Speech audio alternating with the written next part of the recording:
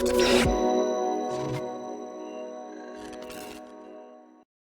everybody. Adam Parks here with another episode of Receivables Podcast. Today, I'm here with my good friend, Mr. Mike Walsh with EXL, here to talk to us about artificial intelligence. How you doing today, Mike? I'm good, sir. I am very good. Oh, glad to hear it. I really do appreciate you coming back on and having a chat with me today. I know we've had quite a few different conversations through the years about artificial intelligence, but today I want to take a little bit of a different approach. And instead of telling people what they should be doing, I think it's time for us to point out some of the pitfalls that tend to come up as you're going through the process of deploying artificial intelligence if you have not really thought through your entire deployment methodology. And where it's such a new technology and so many organizations are now starting to experiment with it, I feel like this is a very timely topic to help companies more confidently engage with artificial intelligence and identify those efficiencies and values that can be added to their own organizations. But for anyone who has not been as lucky as me to get to know you through the years, can you tell everyone a little bit about yourself and the kind of the history of your technology experience in the arm industry? I got in the industry in '96. Traditional collections was there for most of my career, and I started to see how things were changing. Mhm. I jumped, I would say 6, 7 years back over to VoApps, direct drop voicemail. I was like, this is exciting. I left there and went to TrueAccord, where I ran sales for a couple of years, doing that digital experience. So it's where I learned a lot, right? Like I learned how to take those SOWs and convert them to, those traditional SOWs. You'll make this many call attempts. That's back where we were then. And then how to make them digital. And then I went to Everchain, which was, how to audit after you sell debt. I saw that need in that space and I love the solution. And then my first day at Everchain, I saw EXL, the demo, and I did not know who they were. They're a huge company, nobody knew.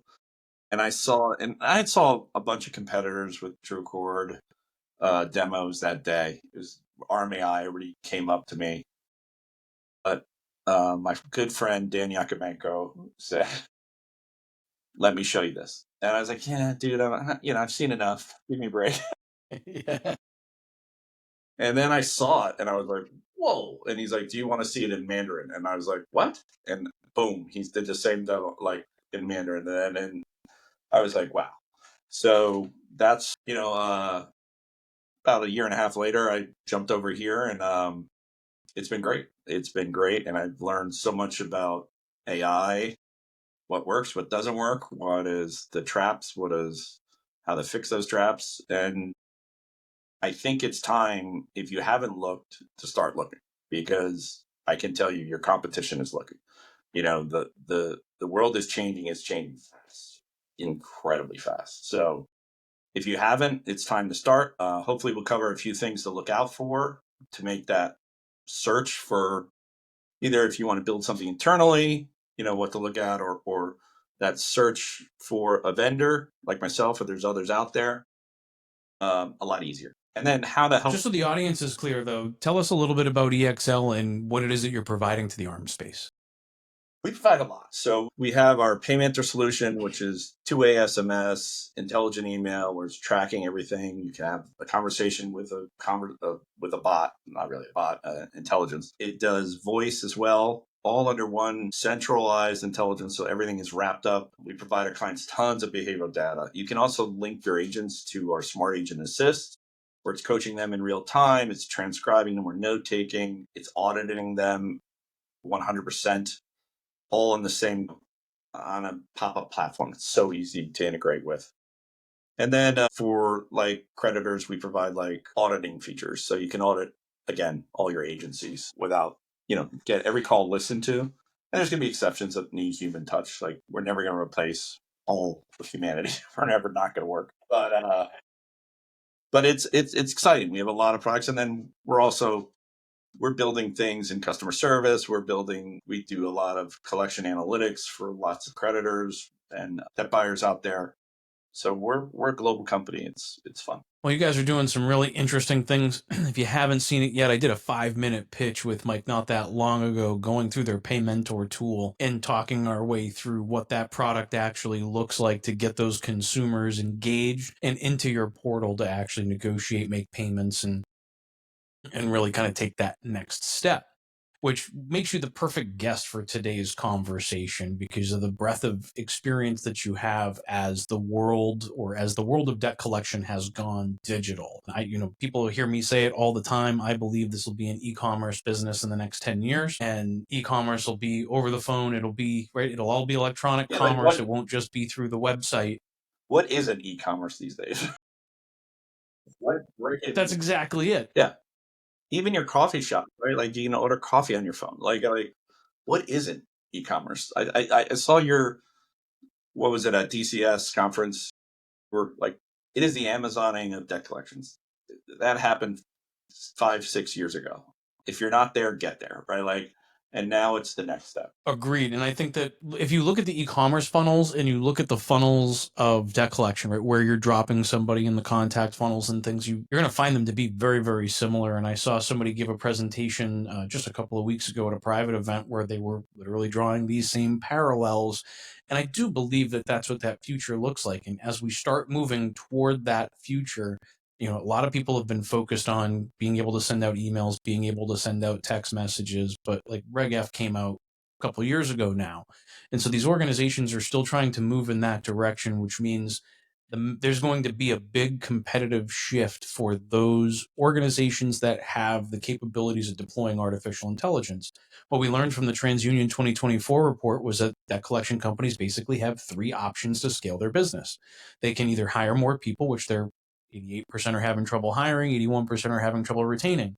They can go to BPO services and hire in new locations, or you can move into self-service technology. And I think the future lies in all 3 of those simultaneously. The organizations that control the future are those that can take all 3 of those channels simultaneously. And through the other conversations that you and I have had as it relates to artificial intelligence, we've talked about some of the things that people need to do, and we've kind of organized some of that process. But I think people are generally afraid to talk about where it fails because someone who's selling artificial intelligence services to the space doesn't want to talk about the negative portions of, what happens when you don't do it correctly, right? Because it instills fear, and, this is a slow moving industry as it is, and you don't want to create any unnecessary fear. But I do think it's important that we address some of the items that people are seeing from a challenge standpoint when they're trying to deploy artificial intelligence into their debt collection operations. And one of the first things that you kind of pointed out for me is the training, where the training of the model itself and the information that's required to do it. I can tell you from my experience with artificial intelligence, the more finite and the more robust of the information that I provide into a model, the better response I'm going to get. And I'm going to use ChatGPT as an example because I feel like that's relatable for most of the audience. But if I go to ChatGPT and I say, write me an article about Mike Walsh, I'm going to get trash. The response that I get is awful. But if I take all of the transcripts and information and articles that you've written and everything that I have about Mike Walsh and I put it into the model and I say, write an article that sounds like Mike Walsh, I'm going to get something that sounds a lot better than if I just give it kind of this generic statement. But there's a balance to that too. How much does a model really need in order to understand collections behavior? So from your perspective, what's that balance look like? What's the pitfall of people providing entirely too much information, right? Like to train the model? And so I've heard these on sales calls, right? Like, hey, how many months of phone calls do you need me to send over? And I'm like, excuse me, what are you talking about? I don't need any. And they're like, no, really, to train. I go, my model's trained, right? Like, so I would warn people, what is the legal ramification if you're not involved in that debt collection as a direct party? I'm not going to ask you for Mike Walsh's, ABC Bank account when I'm trying to work with, a telecom, right? Like, you can't just, so I think that's a red flag. If someone is asking you for your tapes, now, if it's like a smart agent and you want to get the best quality agents and mimic their behavior, you could anonymize the things, but just be careful on how much information you share. Most of the AI products out there do not need a lot of information. The ones that work, the ones that are proven, they've been through that ringer. They've used generalized data. They've worked with clients in the space already, especially the collection space. That's the other thing is I would also be careful someone coming in. Many marketing firms have great products to market, but they're not debt collection firms, right? Like, be careful, right? It is different. Agreed. We are highly regulated. We ask those collection questions, right? Like, what does it do? Are you treating Mike Walsh? If I have two accounts with the same creditor, are you emailing him twice? Like, I don't know if some of these companies even know that. Like, what are they doing? So I would look for the right balance. The right balance to me is, for our collection product, I always say it's a dialer file plus an email address. That's all you need. I don't need someone's social security number to call unless you're giving me the last four, and you're required to verify the last four to give access to the account. Fine, we can take that, but we are only taking the last four, right? Plus, I think you and I you pointed out to me minimize that data exchange as much as possible. Today's world, one of the scammers. Data in transit. Why have more data in transit than necessary? Be careful with the amount of sharing and ask why. Why do I need to give you this? Why do I need this? I don't really want to give you this. Even bureau data, we don't, like, some of our clients share it, some do not. You know what it means? The model's a little slower for a week. Big deal, right? Like, we'll live without it. So if you're not comfortable, or if your gut says, why am I giving this to these guys? Ask why. Don't be afraid to ask questions. Well, and if you're not paying for a product, you are the product. So be careful with the data that you're giving out, because you may be getting some additional value from, right? Like, yeah. You may be training somebody else's engine with your data, and unless you've got some guardrails in place and you're comfortable with it, right? Because a contract is a piece of paper. And how is your data actually being segregated? What kind of clean space is it being held in? Is it truly compartmentalized, or is everything commingled? And so what's that risk level look like? But even beyond that, my first question whenever somebody comes to pitch me an artificial intelligence product is like, is this actually artificial intelligence? And let's define what that means, because I've been pitched a lot of products in the last, let's call it 6 to 12 months, that are if and then statements.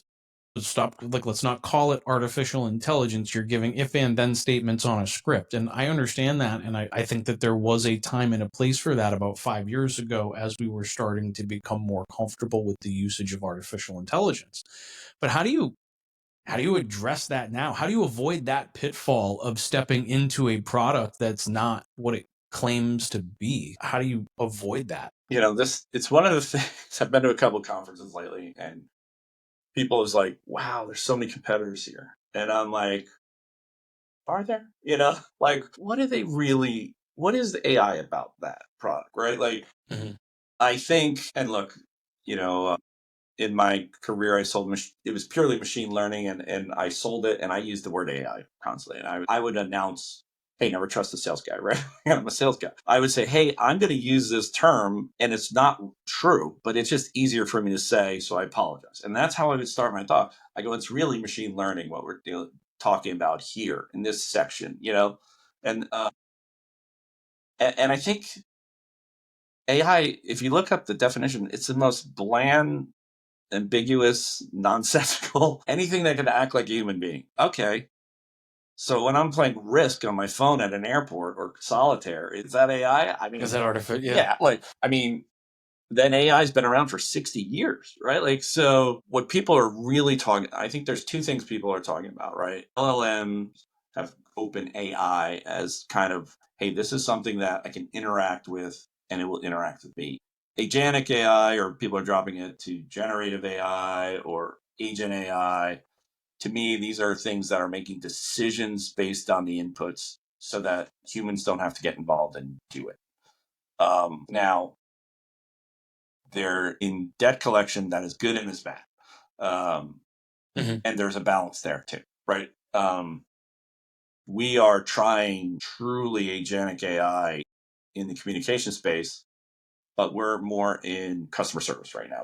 We've launched it because debt collection is so regulated. So to get agentic AI to follow regulations it's a challenge. And we've been working on it for years. We're very close. But I would also say that's not necessarily probably what half the things in the market are. But it's still, there's other ways to do it. And there's plenty of ways to improve your collections. Just be careful of the buzzwords, right? Like everybody's using the buzzwords. You can find a definition of any word, any AI term that will say, this is it. Trust us. It's going to be great. I would ask, is this all yours? Are you piecing together other people's products? Right? Like that's a great question to ask. Right? That becomes the next pitfall. It's the who actually is running this. So is this chatbot that I'm engaging with just an old version of ChatGPT with a new mask on it? Right. Or any of the, there's hundreds of LLMs out there, and many of them are very good. And, we started with one and then we built our own. And we have a patent for one in the insurance business. We have our own collections LLM. We want it private. We want to keep that information here. We don't want it going on the internet. We don't want access to a third party having it, right? That's sensitive data. Plus, control, tweakings, updates, it's all on us. And our solution is communicating with itself, not 10 other solutions. So if one of them fails, what do you have? Incomplete. Like what happens then? What if, we built our own compliance engine? We built all these different engines within it. So you just want to see what that tech stack is. And then as AI grows, and this is something I don't think we talked about before this call or this podcast, is computing power is becoming a commodity, and it's going to get more and more expensive. So we've bought tons and tons and tons of computing power. Like so, we're moving our solution to NVIDIA for speed and computing power. We create an instance for each client. I would ask, is my data commingled in any way? Now, there's anonymized data that it learns from $100 accounts, going to look at other $100 accounts, but it doesn't know where it's from. It doesn't know who it's from. That's anonymized data. But just be careful there too. I would want to know how my PII is segregated from other PII. What products, exterior products access? Because your clients are going to, if you're a collection agency, they're going to ask, wait a minute, who owns this? What is this product? Let me see the model governance. If you're using a vendor, ask for that. There should be at least a responsible AI policy that everyone should have that explains, hey, we're not using this collection data to sell loans, right? Like that's, you got to be careful and make sure you understand what the use of that data is. And then models. I think you and I were talking the other day, back in the day, zip code analysis was a big part of collections, right? Like zip code analysis today will get you sued. It will get you sued. And I've heard about the stories of people being sued, right? And I'm sure you have too. Yeah. So it's a very different animal, yeah. Right? In 2006, Credit Max had the debt sales system where they were selling accounts on a zip code basis. Today, I don't think that you could segregate accounts in that way without really falling down the redlining path. Fair lending, like you couldn't settle by zip code at different rates, And I've run into people like building model. They're like, yeah, I was going to break down my zip code. I go, I'd get rid of it if I were you. I'm like, I would not go down there. So those are the questions, though, you have to ask. And I don't want to scare everybody because this process isn't that hard. But hey, you want to know where your data is going. You want to know, is the product owned by this person or is it pieced together? You want to know where it's stored, who's working with it. I love when I run into people and they're like, oh, yeah, all our developments in South America or Philippines or Australia or Ireland has a ton, or India, but we never send data outside the U.S. Wait a minute. How many developers do you have in the U.S.? We don't have any. Yeah, who's troubleshooting? When it breaks, how do you see if Mike Walsh account and Adam Park's account somehow became combined? Who looks at that? Because they can't. You can't send that data across. So I think that's another important thing is make sure, look, everybody uses offshore, near shore onshore. There should be a mix of those things. You should have people in the US, and for cost benefit, you should have people across the globe. And that's what you want too. But make sure there's at least one or two developers in the US on a product before you buy it. I would say, where is their location and where's my data store? I think that's a pretty good piece of advice for organizations that are trying to leverage this, because the location of data, and I mean, it wasn't even 5 years ago where the push to the cloud really became a critical mass. And a lot of organizations now, if somebody tells me that for years it was like, oh, you put your data in the cloud, and people are almost looked down at, or organizations were looked down upon because they were using the cloud. And now if somebody tells me that they're managing on-prem servers, I'm like, really? Why? Is your internal IT staff like better suited than Amazon, Google, or Microsoft to protect and manage that data at this point? I mean, I'm in Florida, so it really has not been an option for me, because with the power flickers and everything else, like trying to host data in Florida is a waste of time. But now, The 3 o'clock green but think about that shift over time. Yes, you're Well, right. what's the next 5 years look like, Mike? Right? Like, what happens over the next 5 years? Are we going to start looking down on those organizations right now, or early on? People were looking down at conversational AI as compared to other use cases of artificial intelligence in the space. But what happens over the next 5 years? Does that completely flip on its head, and you're going to start looking at organizations differently because they did not deploy artificial intelligence early enough in the cycle?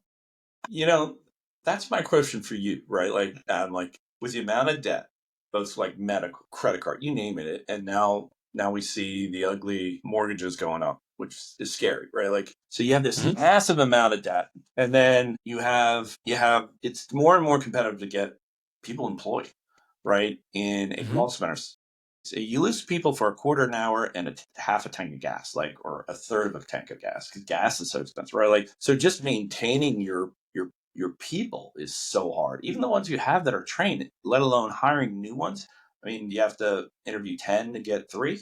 Then you have to go send those 3 through the class. And Hope they show up at all. Yeah, hope you get 1 out of it. Or is it 10, 100 to get 10 to get 1? Like, depending on where you are, it's hard, right? Like, I think you're right with your first statement. Like, you have to find balance in this space now. You need that digital outreach. The virtual agents are coming. They're coming fast. And people think it's like 5 years from now. I'm telling you, it's this year. They are coming that fast. Maybe. Well, think about the speed of things. Yeah. Look how fast the internet came into play and e-commerce came into play. That was, let's call it a 10-year cycle before it became somewhat ubiquitous. And now if we look at the speed in which the advancements in technology are happening on the models, it's wildly fast. And like now we're looking at this like exponential curve. We're looking at massive amounts of data being added. I was doing an AI Hub podcast with Tim Collins, and we were talking about just how much data has been created since 2007 and the invention of the iPhone, right? Like in the last 20 years, right, or the last 18 years has been exponential in terms of the volume of data that's being created, even on a daily basis. And the only way for us to actually understand that volume of data is to start to deploy this type of technology and tool set. And it's becoming ubiquitous at a much faster rate, and it's going almost straight to the hands of consumers. Like these types of tools, if you look at PCs, for example, computers, that was a long curve, but it started really B2B, and then they started making it available to consumers. Right? You look at IBM, International Business Systems, not international like have a computer day. It's a very different animal. And we think about what that, it started with the business and it moved up, but artificial intelligence has flipped that on its head. And now the consumers had it in their hands faster than the businesses this time around. And now those people that have started using it and playing with it are bringing it into their businesses and starting to use it. Right. And we always think of it in collections as the collection part, but it's other. We don't program at like EXL stopped hiring programmers, AI programs for us, right? We tell it what to do. We watch it. We right. But there's so many back office aspects of what's going to change, right? Like it's not just consumer facing that's going to change. Audits are going to be automated. Like there's no point in sending a person to check boxes, right? Like where a machine could do every call you have in your call center. in minutes, right? Like it could look And then just kick out an exception Yeah. report for a manual person to review. These are the things that we didn't Right. understand or And it felt can like they give were you, close enough to the line. and it can measure like their sentiment of the call. Hey, they were angry, then they settled down, then they got angry again, right? Like it can measure and give you a confidence score. Like that's absurd. Like when I started in this business, that was a dream, right? Like we didn't have that many QA, and then QA became important. Now it's going to be automated. It is. So another thing to do And here, layered, you've got the voice. We were talking about the voice compliance, and now you've got groups like collaborationroom.ai that are layering on top of that with video recognition and looking at the not only the not even necessarily the emotion of the consumer, but the emotion of the collector themselves. rep, yeah. This and like the data privacy of that area they're working at. It's amazing, right? Like I talked to those guys at ArmTech and ArmAI. I was like, wow, so cool. So it's getting better. I think there's a lot of people resistant, and I would say that's something don't do. Don't be resistant. It's time to learn what's out there. I used to say when I worked at TrueCourt, I'm the least tech guy working in a tech company, right? Like I made fun of myself, and all the reps there would make, oh, here comes the old man trying to, but it's not hard to learn. There are plenty of things. Go to LinkedIn. They have some great tools to learn about AI, generative AI. They have courses that are free. It's a little bit of a commercial for Microsoft, but still valuable. What you start thinking about is, okay, what's the problem at my agency? What do I want to solve? Right. And you start breaking it. And I think one of the things I want to tell people is don't jump all in all at once. Because if you pick That's another one of the pitfalls. yeah, Is just cannonballing your way into the pool without thinking have your the way through it, sales or feeling guy. like you got to do consumer first. Yeah. Like, don't let me come in your office and sell you every tool I have at once. And yeah, I'll make great commission, but you'll hate me, right? Like, because it's too much too fast, right? Like, I would say, and the way I do it is I say, here's what we got. What do you need? What's the top priority? Prioritize them. You don't know? Take some time. Look at the numbers. Look at the data you can get, right? Like, and say, okay, this really is our top problem. Maybe it's our average call time's gone up since there's so much debt, whatever. I don't know why. Maybe you need an agent assist more than you need a digital, right? For now. Or to reduce those calls, you want to go digital right away. But I would say, we generally do our implementations in phases, and then you get ROI at each phase. The first phase pays for the next one. Another thing is don't write a big check. If you're a collection agency, you should not be writing some AI company a big check. I know my product works, right? Like I know it's going to work. I am 100% confident. I don't need you to write me a big check. You're going to pay me over time. We're going to be partners for 10 years, 20 years. I don't even know.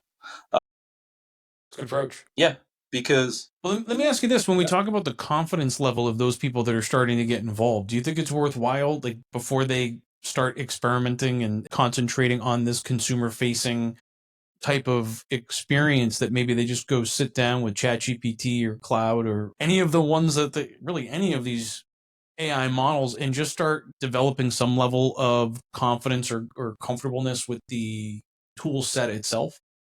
I realize that they're two I different think baby steps somewhere.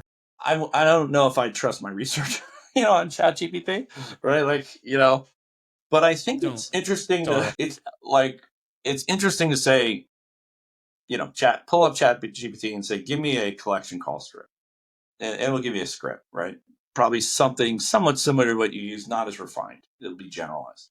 Then say, give me a collection dispute call script, and that's gonna be a little bit like you said, you know, play with it, and that's when you can kind of start seeing. And we see this in our implementations. Like it takes a little bit, like 2 months, right? Like by week 6, people are like, let's go, let's go, let's go, let's get this thing running.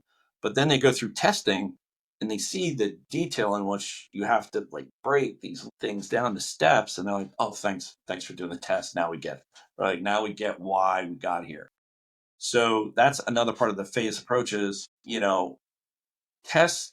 I would play with. I did when at ChatGPT, Daniel Green over at Everchain, he kind of like, I'm like, I don't need that stuff. I've been doing this forever, right? I'm a dinosaur. He's like, no, man, play with it, like try it. And I played with it, and some of the other guys I worked with were, cutting down their emails, and I'm like, oh yeah, this is kind of slick. And there was an add-on to Microsoft, I don't know, or whatever it was. It was wonderful for emails, cutting them down to like one sentence. Yeah, Copilot, and you Yeah, got Gemini for before Google. I mean, Copilot, there's but I'm sure that's what Copilot is. They probably okay. bought them, and that's what it is. But I'm not really sure. But stuff like that, I was like, oh, I can see how much time this is saving me. And time is effort, effort is money. That's what you're trying to do. Start with the outcomes you're trying to fix and work your way back. And I think people also get scared of the data. Like, oh, our system, even if you have an old system like that is not on a cloud and you're a small agency, would you rather send 2 emails or 2 letters a month and hope they get delivered? Or would you rather get an AI program to work that account, you know, using data, behavioral data, give you all that data back so you can make phone calls based on what's actually happening with the consumer, that you're tracking everything? I mean, that's really what you're doing. Like 2 letters versus AI that works 365. Works on Christmas at midnight. Right? Like if someone wanted to pay the bill because they got a bonus, they could.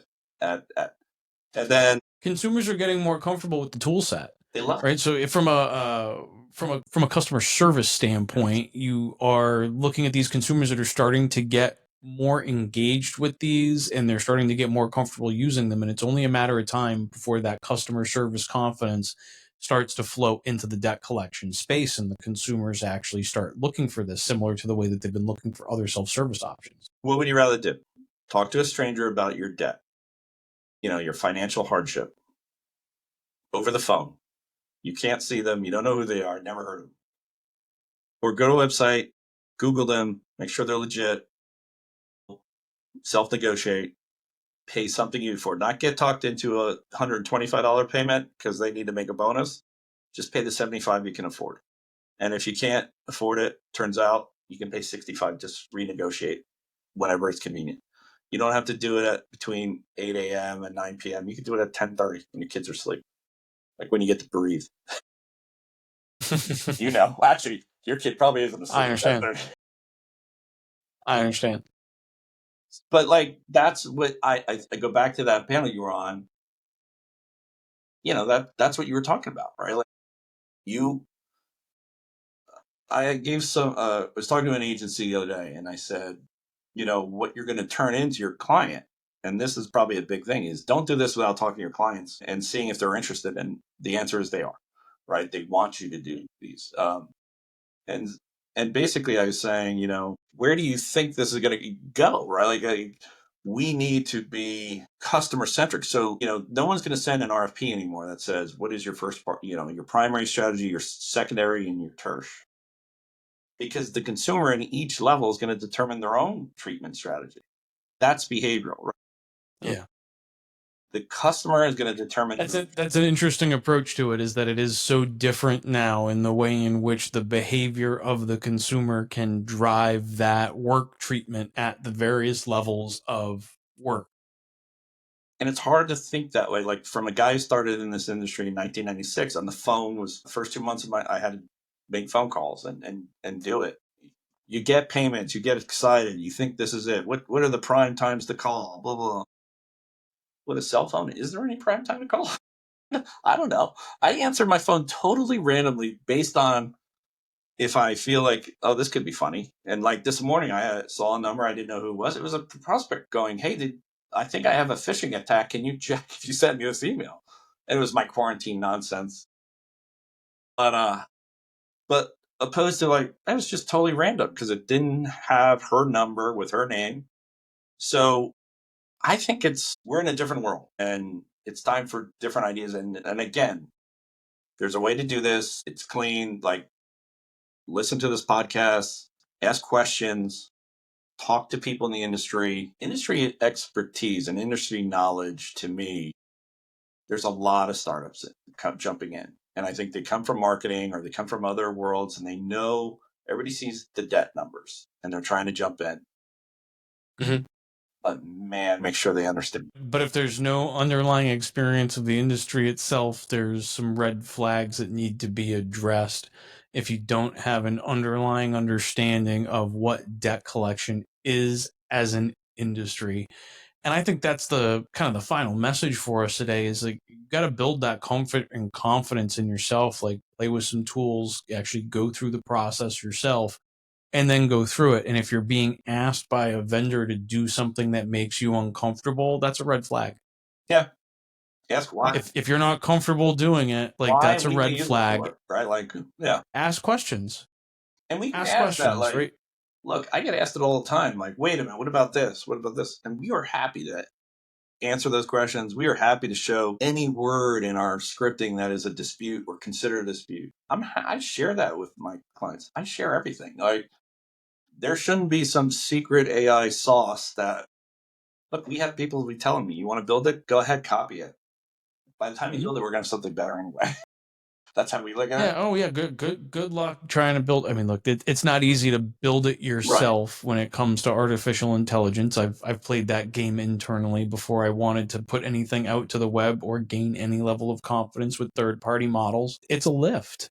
It's a big lift. And we saw in the survey or in the debt collection industry report this year that there are a lot of companies that are over 100,000 accounts, like larger organizations that are actively trying to do that. But it seems like the majority of organizations really are looking at pre-existing third-party solutions and trying to find the right fit for their needs. And if your confidence level isn't generative AI conversation and it's looking at some back office opportunities, like that's a real opportunity as well for you to dip your toe in, actually feel the impact that can be felt on this, and then start to think your way through it. So any final advice for our audience today, Mike? It's a good one. I would say just, the great thing about the debt collection space is there's plenty of people out there that are willing to talk, right? Like have those conversations, attend the conferences. If you can invest in a conference, if you're going to go down this route and have those conversations, it will, I will say, don't be afraid is my number one. It is time to do it and you can do it. You can have a great success. It's not going to get you, if you do it right, you're going to have a better, more efficient operation that is more profitable and customers like better. And to me, and clients, right? If the client's customers like it better and you're more efficient, you're going to be producing better. What's wrong? So it's time, and you just look at the players in the space and evaluate who's the best fit for you. The future is now. That's what I It hear. is. The future is Mr. Anderson. right now. The future is our time. I agree. Mike, I really do appreciate you coming on and sharing your insights with us today. I know with all of the experience that you have getting to work with so many different companies, I appreciate you continuing to come back and help me create great content for this industry about artificial intelligence. For those of you that are watching, if you have additional questions for Mike or myself, you can leave those in the comments on LinkedIn and YouTube, and we'll be responding to those. Or if you have additional topics you'd like to see us cover, you can leave those in the comments below as well, and I'll bet you I can get Mike back here at least one more time to help me continue to create great content for a great industry. But until next time, Mike, thank you so much. I really do appreciate you coming on and sharing your insights. Congratulations again on the new one. Thank you so much. I greatly appreciate it. And for all of you that are watching, thank you so much for your time and attention today. We'll see you all again soon. Bye, everybody.